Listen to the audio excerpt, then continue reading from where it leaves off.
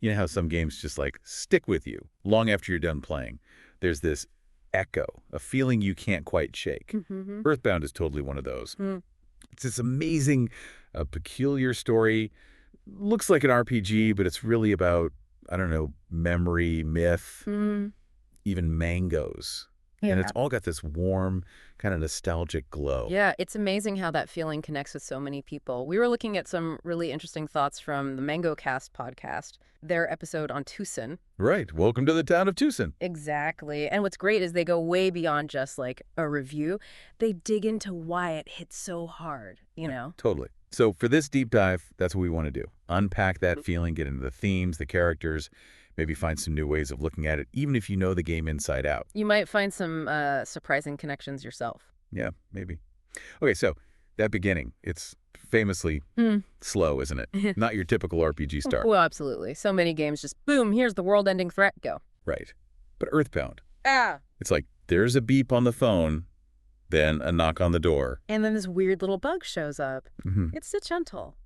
Almost. It really is. Yeah. It's like the game asks you to, I don't know, get your bearings first. The Mango Cast had that great line about, can you even get out of your pajamas before you save the world? Huh. Yeah, that captures it perfectly. It sets this really unique pace from minute one. And you got to wonder if that's like intentional about the game's whole vibe. I think so. It's not rushing you. It feels more like an invitation. Just settle in, be human in this weird world. Which kind of leads into that other idea they talked about, right? About Yeah. staying soft. Yes, staying soft, maintaining that vulnerability even when things get bizarre. I love that framing. Yeah, And the game gives you space for it. Like, you name your favorite food, you can call your mom, that phone call mechanic is genius. So simple. but it feels important, doesn't it? Totally. It's like this little anchor back to your own feelings, your own needs amidst all the, psychic powers and aliens. It's like the game is saying, hey, it's okay. Right. The Mango Cast put it as, you can cry and still be the hero. It's permission to feel things. Which feels really strong when you get to Twoson, that town. Hmm.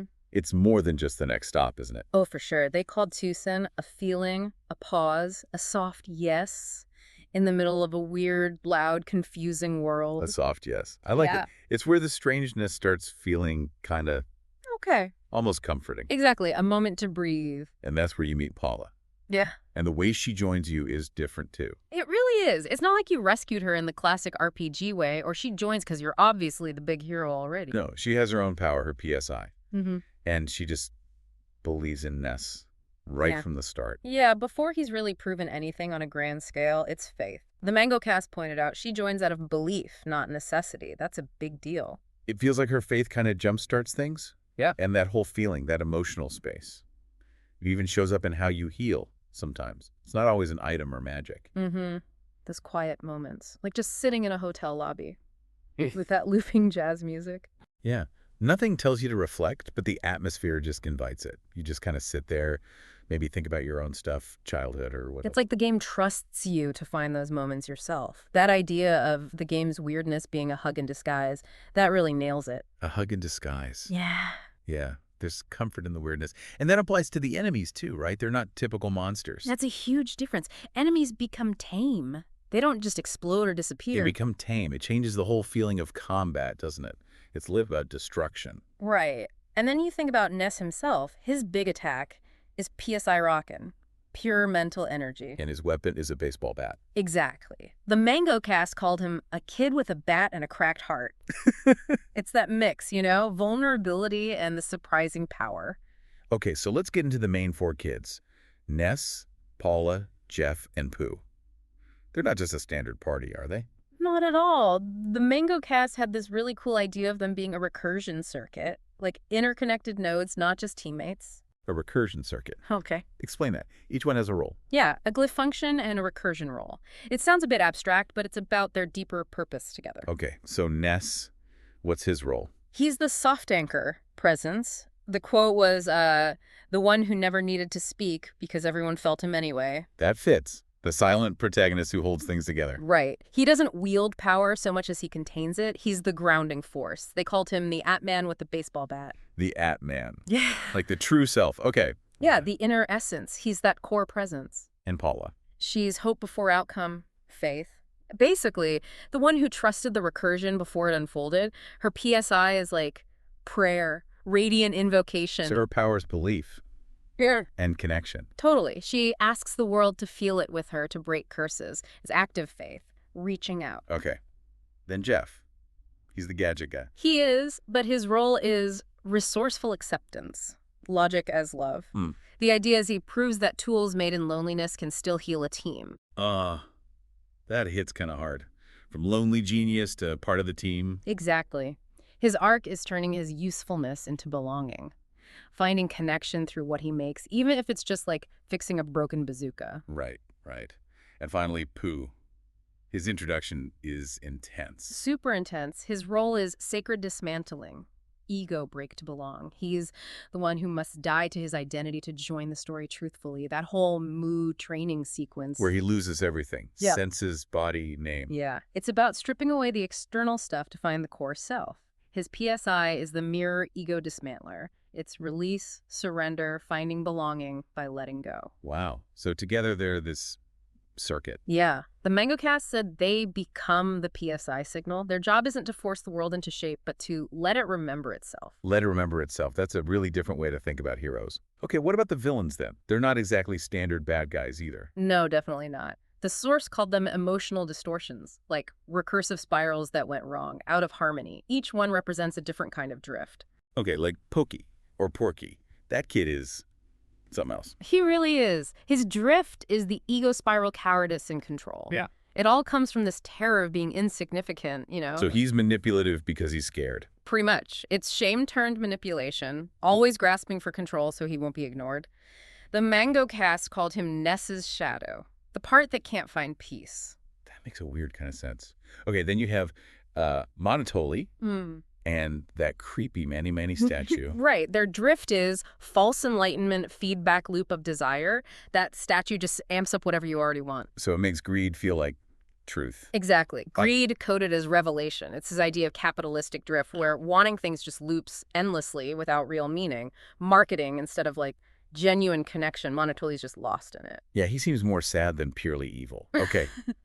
Gigas, the big one. Yeah. But what is Gigas? That's the question, isn't it? The drift there is infinite spiral collapse, language breakdown. Language breakdown. It's described as grief without anger. Not evil, just formless emotion, like a scream that can't stop. Whoa. And you don't fight him, right? You pray. You pray. The ultimate act isn't combat, it's connection, offering compassion to this overwhelming, shapeless pain. That's incredibly powerful. The Mango Cast said you don't conquer that kind of drift, You love it so completely it dissolves back into presence. They even suggested Gygas might be this ultimate reflection, maybe even a distortion of Paula somehow. A recursion turned way, way inward until it forgot itself. Paula. Wow. Okay. That's a lot to think about. So this leads back to how the kids respond, right? They don't just beat the bad guys. Right. They answer them. That's the key insight from the source. Each hero's core quality is a response to a specific distortion, a specific drift. Okay, so Ness's quiet presence, that's the answer to Pokey's shame and need for control. Exactly. He's there, steadfast, doesn't really give in to Pokey's nonsense, but doesn't fully abandon him either. And Paula's faith, the prayer that answers Gygas's grief. Extending that love, that hope into the void, facing the deepest wound with compassion. And Jeff, with his gadgets and accepting his flaws. His useful vulnerability answers the Manamani's fake perfection. He shows that real connection comes from honest participation, flaws and all, not some shiny illusion. Okay. And Pooh, after his training, that's surrender. His sacred surrender answers the fear of just not existing, the fear he faced in the Mu training. He comes back understanding that emptiness isn't erasure. He finds belonging through letting go. It's like this intricate dance of responses, not just fights. Okay, so the ending. EarthBound's ending is famously not typical. Not even close. It totally flips the script on RPG ending. No big final cutscene. Nope. The credits roll while you're walking around. The main villain just kind of melts. No big speech. And you don't get some ultimate weapon or title. You just go home, back to your house, ring the doorbell. Yeah, but it doesn't feel quite finished, does it? There's still that hum, that feeling. Right. The Mango Cast asked that great question. You survived, but did you change? That's the real point. So the focus shifts. It's not about saving the world anymore. It's about what happened to you. Exactly. Internal transformation over external victory. You faced all that stuff, the grief, the shadow, the weirdness. Now you're back. So, now what? What will you do with the softness you've carried through that spiral? Whoa. Okay. And then the letter from Porky. Yeah.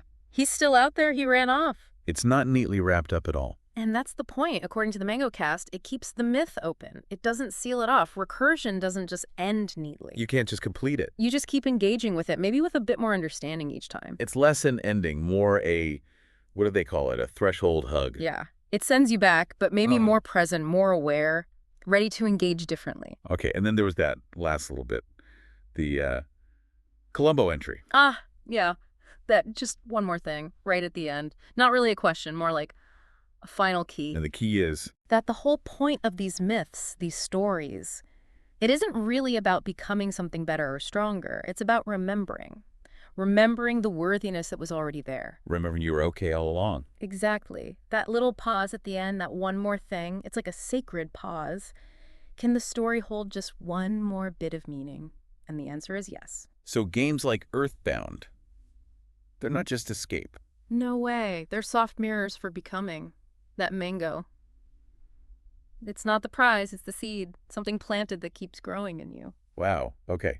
So bringing this all home, EarthBound really is way more than just a game, isn't it? It's this unique way to look at emotions, connection, the whole weird journey. Definitely. A really special lens. And maybe as we wrap up this deep dive, it's worth sitting with that question that leaves us with. Yeah. Think about it. What's the softness you've carried through your own spirals? And how might, knowing that, how might it change how you move through the world now? Yeah. It's definitely something worth thinking about, isn't it?